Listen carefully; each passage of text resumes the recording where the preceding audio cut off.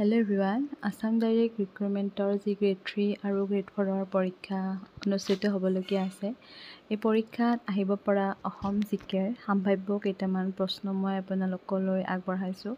প্ৰথম প্ৰশ্নটো হৈছে বৰ্মন ৰাজবংশৰ প্ৰতিষ্ঠাতা কোন আছিল? শুদ্ধ উত্তৰ হৈছে পুষ্য বৰ্মন আৰু 350 খ্ৰীষ্টাব্দত তেখেতে ৰাজবংশটো প্ৰতিষ্ঠা কৰিছিল। সেন ৰাজবংশৰ কমতা সাম্ৰাজ্য কোনে প্ৰতিষ্ঠা কৰিছিল? ইয়াৰ শুদ্ধ উত্তৰ হৈছে পৃথু ৰজাই 1185 খ্ৰীষ্টাব্দত সেন ৰাজবংশৰ কমতা সাম্ৰাজ্য প্ৰতিষ্ঠা কৰিছিল। তৃতীয় প্ৰশ্নটো হৈছে শদিয়াত চুতীয়া ৰাজ্য কোনে প্ৰতিষ্ঠা কৰে? এয়া হৈছে অসমৰ বুৰঞ্জীৰ ফালৰ পৰা প্ৰশ্ন। শুদ্ধ উত্তৰ হৈছে বীৰপাল। বীৰপালে 1887 খ্ৰীষ্টাব্দত শদিয়াত চুতীয়া ৰাজ্য প্ৰতিষ্ঠা কৰিছিল।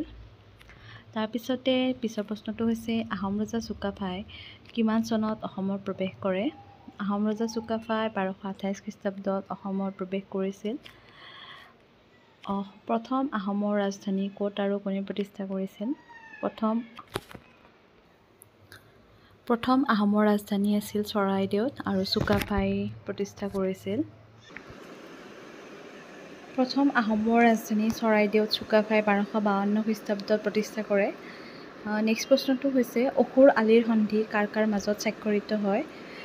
অসুৰ আলিৰ সন্ধি কাৰ কাৰ মাজত স্বাক্ষৰিত হয়? প্ৰশ্নটোৰ শুদ্ধ উত্তৰ হৈছে আহোম আৰু মোগলৰ মাজত 1639 খ্ৰীষ্টাব্দত অসুৰ আলিৰ সন্ধি স্বাক্ষৰিত হয়।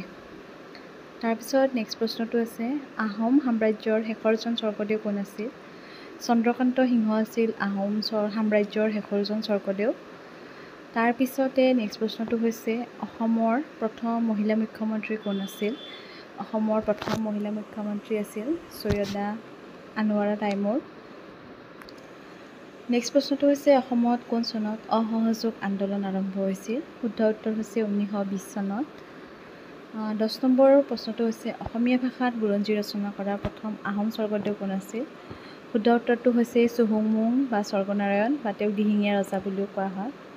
এই 10টা আছাম ডাইৰেক্ট ৰিক্ৰুটমেণ্ট এক্সামত আহিব পৰা সম্ভাৱ্য প্ৰশ্ন উত্তৰ মই আগবঢ়ালোঁ।